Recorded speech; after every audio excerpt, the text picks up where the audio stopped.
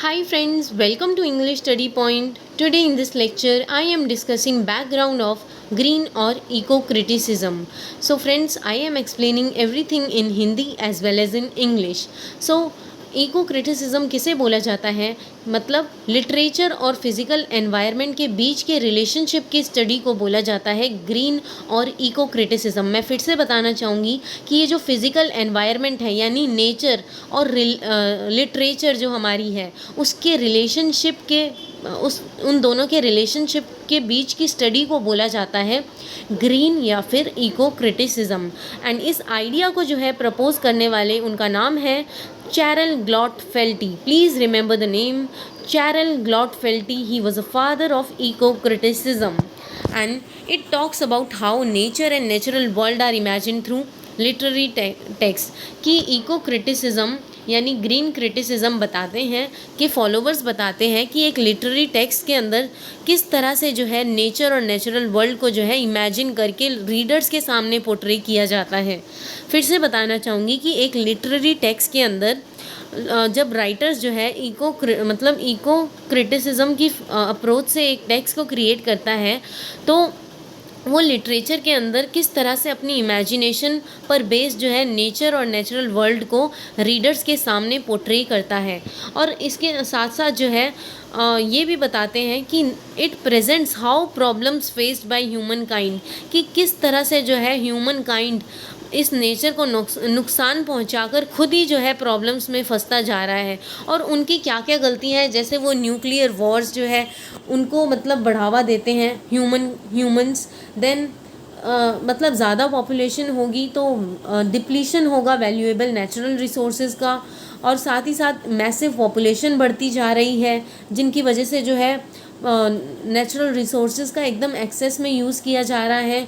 और साथ ही साथ जो कुछ इस तरह की टेक्नोलॉजी को मतलब इन्वेंशन किया जा रहा है, कुछ इस तरह की टेक्नोलॉजीज़ का जो कि एक्सप्लॉयटेटिव है, जो कि हमारे लिए बहुत ख़राब है।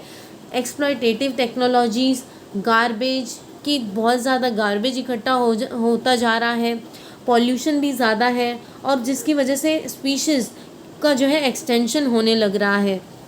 सो फ्रेंड्स, यही सारे कारण है मतलब इको क्रिटिसिज्म के वर्क्स में जो है इन सभी को दिखाया जाता है। Then they try to address this issue as a part of academic discourse, कि ये सारे इश्यूज जो है थ्रू एजुकेशनल वे से जो है दिखाया जाते हैं रीडर्स को। इस तरह से जो है लोगों को एड्रेस किया जाता है कि मतलब इसका एकेडमिक डिस्कोर्स यानी इसको जो है एजुकेशनल करिकुलम में कंपलसरी करवा के जो है इस तरह से जो है इन इश्यूज़ को एड्रेस किया जाता है ताकि हमारी जो पॉपुलेशन है कुछ प्रिकॉशंस बरतें। Then modern life is exhausted, we like to return to farm house, कि इनका कहना है, इको क्रिटिसिज्म के फॉलोवर्स का कहना है कि मॉडर्न लाइफ जो है वो एग्जॉस्टेड है, हमें जो है फार्म हाउस यानी कंट्री साइड यानी अपने मतलब गाँव में चले जाना चाहिए। Spend some time in the lap of nature, हमें जो है कुछ टाइम बिताना चाहिए नेचर के around. Then feeling towards nature reflected by the poet और बाय द नॉवलिस्ट, कि मतलब इस टेक्स्ट को यानी इको क्रिटिसिज्म के फॉलोवर्स जो है वो जो है अपनी फीलिंग्स नेचर के प्रति रिफ्लेक्ट करते हैं अपनी पोएट्री के थ्रू या फिर नॉवेल्स लिखकर। देन मैं आपको इसमें बताना चाहूँगी कि 5 तरह के इको क्रिटिसिज्म कौन कौन से हैं। सबसे पहला है Marxist environmentalist. It talks about similarity between labour and nature, कि मतलब मार्क्सिस्ट एनवायरमेंटलिस्ट कौन है, जो कि मतलब बताते हैं कि नेचर और उसके साथ साथ लेबर दोनों सिमिलर है, कि किस तरह से इस ग्लोबलाइज वर्ल्ड में लेबर और नेचर को किस तरह से इन मतलब एक्सप्लॉइट किया जा रहा है। मार्क्सिस्ट एनवायरमेंटलिस्ट जो हैं वो बताते हैं कि लेबर और नेचर की कंडीशन जो मतलब जो फैक्ट्रीज़ में लेबर काम कर रहे हैं और जो हमारा नेचर है यानी जो हिली एरियाज़, माउंटेन्स, इन सबको हम नेचर बताते हैं, कि इन दोनों की कंडीशन कहीं ना कहीं सिमिलर है, कि दोनों को ही जो है एक्सप्लॉइट किया जा रहा है। लेबर को जो है फैक्ट्रीज़ में एक्सप्लॉइट किया जाता है, ठीक नेचर को जो है अलग अलग तरीके से एक्सप्लॉइट किया जा रहा है। और जैसे पॉपुलेशन इंक्रीज़ हो रही है, ट्रीज़ को यानी पेड़ों को काटा जा रहा है, सो और मतलब नेचर से जितने भी गुड्स प्रोड्यूस हो रहे हैं उनको फास्टली कंज्यूम किया जा रहा है। सो इस तरह से क्या है, नेचर का और लेबर का एक्सप्लॉयटेशन हो रहा है। सो ये जो है मार्क्सिस्ट एनवायरमेंटलिस्ट जो होते हैं वो इस बारे में बात करते हैं। देन हम आते हैं eco sociologist. It talks about influence of class inequality on environment, कि किस तरह से क्लास इन इक्वालिटीज़ जो कि हम करते हैं गरीब अमीर, ये किस तरह से हमारे एनवायरनमेंट को इन्फ्लुएंस कर रही है। Wealthier people escape air pollution by the use of air conditions, कि बताया जाता है कि जो रिच लोग हैं वो एयर पॉल्यूशन को किस तरह से एस्केप कर रहे हैं, मतलब ज़्यादा से ज़्यादा एसीज़ का यूज़ करके, और वहीं पुअर पीपल जो है उन्हें ग्लोबल वार्मिंग का सामना करना पड़ रहा है। सो इन सब के बारे में बताते हैं eco sociologist, please remember this. Now हम आते हैं इको फेमिनिस्ट में। इको फेमिनिस्ट वालों का कहना है how women and nature both are oppressed, कि किस तरह से वुमेन और नेचर की सिमिलर कंडीशन है, इन दोनों को ही ऑप्रेस किया जा रहा है। नेचर को हम एसोसिएट करते हैं फेमिनाइन क्वालिटीज़ से, प्लीज़ रिमेंबर दिस। नेचर को हम हमेशा फेमिनाइन क्वालिटीज़ से एसोसिएट करते हैं और कल्चर को हम हमेशा मैस्कुलिन क्वालिटीज़ से एसोसिएट करते हैं। और बताया जाता है कि culture is always in opposition with nature, की कल्चर हमेशा नेचर के अपोजिट में होता है। City life shows culture, country life shows nature, कि जो सिटी में हम रह रहे हैं, जैसे हम सिटी में रह रहे हैं वो बताता है कि हम एक पर्टिकुलर कल्चर में रह रहे हैं, मॉडर्न कल्चर में, और बजाय कंट्री लाइफ यानी गांव वाली साइड जाकर देख लो, वो हमें शो करेगा natural world. So nature is imagined as a woman, कि नेचर को जो है एज अ वुमेन समझा गया है, जिनका बेसिक टास्क क्या होता है, नर्चर करना। वुमेन, आपने देखा ही होगा, वुमेन और नेचर का जो बेसिक टास्क है वो रिप्रोड्यूस करना। नेचर जो है अलग अलग तरह की चीज़ों को, यानी किसी भी चीज़ को जो है रिप्रोड्यूस करता है, भले ही वो फ्रूट्स हो या कुछ भी हो, नेचर रिप्रोड्यूस करता है और वुमेन भी रिप्रोड्यूस करती है, और ये दोनों ही, नेचर जो है पूरी धरती का ख्याल रखता है, तो इस वे में ये नर्चर भी करता है नेचर, और वुमेन जो है अपने बच्चों का रिप्रोड्यूस करके उनको नर्चर करती है। तो इसलिए इन दोनों को एसोसिएट किया गया है। Nature is imagined as a woman whose basic task is to reproduce and nurture. Then हम आते हैं मटीरियलिस्टिक इको फेमिनिस्ट, कि ये बताते हैं labour, women, nature and productive capacity of women are and nature are harnessed, कि इनका कहना है, मटीरियलिस्ट इको फेमिनिस्ट वालों का कहना है कि लेबर, वुमेन और नेचर, और साथ ही साथ प्रोडक्टिव कैपेसिटी वुमेन की और नेचर की, ये जो है हार्नेस्ड हो रही है, क्योंकि ये दोनों ही जो है मैन को सर्व कर रहे हैं, और बजाय मैन को सर्व करने के मैन जो है हार्नेस कर रहे हैं। Then eco feminist spiritual critic का क्या कहना है कि pre modern culture have always treated nature with respect, कि मतलब जो पहले वाला मॉडर्न कल्चर था वो जो है नेचर की हमेशा से रिस्पेक्ट किया करता था। It's modern culture who is trying to, अब जो ये पोस्ट मॉडर्न कल्चर है ये मतलब ऑप्रेस कर रहा है नेचर को, trying to get benefit from the nature at the expense of nature. ये जो है नेचर से बेनिफिट्स को एक्सट्रैक्ट करने की सोच रहा है। It legitimizes the female power, body and sexuality, कि इको फेमिनिस्ट स्पिरिचुअल क्रिटिक का सोच मतलब ये लेजिटिमाइज करते हैं फीमेल पावर को, साथ ही साथ उनकी बॉडी को, और साथ ही साथ उनकी सेक्सुअलिटी को भी। देन हम बात करेंगे मेजर थ्योरिस्ट, जिन्होंने जो है इको क्रिटिसिज्म पर अपना जो है थ्योरीज वगैरह प्रेजेंट की रीडर्स के सामने। अब हम उनके बारे में बात करेंगे। सबसे पहले जो नाम आता है लॉरेंस कूक का नाम आता है। इन्होंने जो है एक वर्क लिखा था जिसका नाम है green studies reader semicolon from romanticism to eco criticism. मैं इन सभी थ्योरीज के नाम बता रही हूँ एंड ये सारे मोस्ट इम्पॉर्टेंट हैं, प्लीज़ आप इनको नोट कर लेना, और साथ ही साथ जो है अलग अलग नोट्स बनाते हुए चलना, ताकि आपको यूजीसी नेट में काफ़ी हेल्प मिल सके। देन सेकेंड इको क्रिटिसिज्म के जो थ्योरिस्ट है उनका नाम है Jonathan Bate, please remember this. इन्होंने एक वर्क लिखा था Songs of the Earth. Then Cheryll Glotfelty, please remember this name, बहुत अच्छे से याद कर लेना। इन्हें जो है हम बोलते हैं फादर ऑफ इको क्रिटिसिज्म। इन्होंने जो है एक वर्क प्रोड्यूस किया था जिसका नाम है eco criticism reader semicolon landmarks in literary ecology. Then fourth is Patrick D Murphy, Patrick D Murphy. Then इन्होंने एक वर्क प्रोड्यूस किया था जिसका नाम है literature of nature semicolon and international source book. Literature of nature semicolon and international source book. इनमें से कभी भी कुछ भी जो है यूजीसी नेट में पूछा जा सकता है। Please write that down which I am telling. And now fifth critic is Kate Soper. इन्होंने जो है एक वर्क लिखा जिसका नाम है व्हाट इज़ नेचर। ये नाम है, बुक का नाम है जो इन्होंने वर्क लिखा था, what is nature, culture, politics and non human.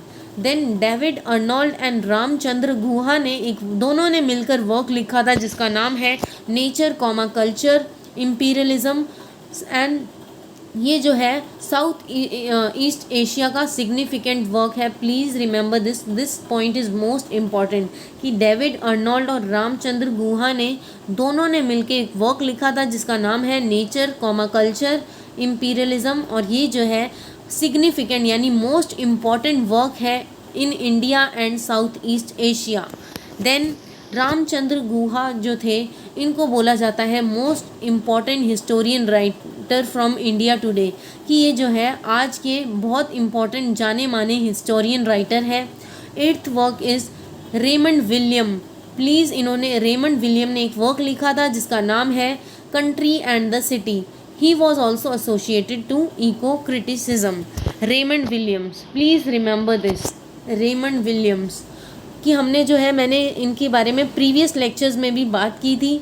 तो अगर आपने मतलब इस चैनल पे नए हो तो मेरे प्रीवियस लेक्चर्स को ज़रूर सुनना। इन्होंने जो है बात की थी कंट्री एंड द सिटी पे, और ये साथ ही साथ एसोसिएटेड है इको क्रिटिसिज्म से भी। देन हम आते हैं eco criticism. They study works of literature with the view to trace the natural representation in the writing, कि ये जो है लिटरेचर में उन चीज़ों पर जो है वर्क करते हैं जिनमें ये ट्रेस करते हैं नेचुरल रिप्रेजेंटेशन, यानी नेचर के बारे में जो है ये लिटरेचर में अपने जब भी ये लिटरेचर का एक वर्क प्रोड्यूस करते हैं उसमें ये नेचर के बारे में बताते हैं अपनी राइटिंग्स के through.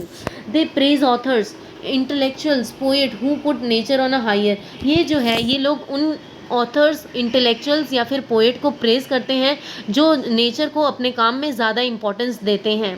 They praise authors, intellectuals, poet who put nature on a higher pedestal than others.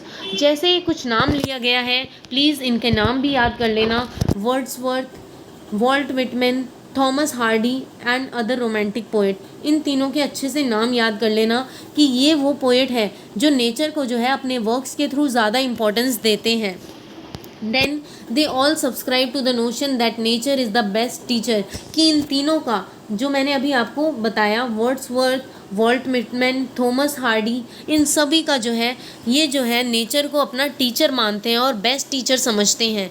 As a eco critic he would trace those examples, present it to the common readers, कि मतलब ये जो है eco critic उन examples को जो है common readers के सामने प्रेजेंट करते हैं जो कि नेचर को अपना बेस्ट टीचर मानते हों। देन ये बताते हैं कि थॉमस हार्डीज़ के नॉवेल्स को बोला जाता है Wessex novels. Please remember this point too, that Thomas Hardy's novels are called as Wessex novels. All the novels are set in the lap of nature, क्योंकि इनके सारे नॉवेल्स जो है नेचर के अराउंड होते हैं, इसलिए इनके नॉवेल्स को बोला जाता है वेसेक्स नॉवेल्स। इनके करेक्टर जो हैं वो ग्रो करते हैं, मेच्योर करते हैं, और उनकी डेथ भी नेचर के अराउंड हो जाती है। Then nature is an active force in the life of other characters. Please friends, मेरे से यहाँ पे जो है मिस्टेक हो गई है, टाइपिंग मिस्टेक। ये जो है नेचर को समझते हैं कि एक्टिव फोर्स है, is an active force in the life of characters of Thomas Hardy, कि थॉमस हार्डी जो भी अपने मतलब वर्क्स में जो है करेक्टर्स को, जिस करेक्टर्स को भी पोर्ट्रे करता है वो ये शो करने की कोशिश करता है कि इनके हर एक करेक्टर में जो है नेचर की एक्टिव फोर्सनेस दिखाई गई है।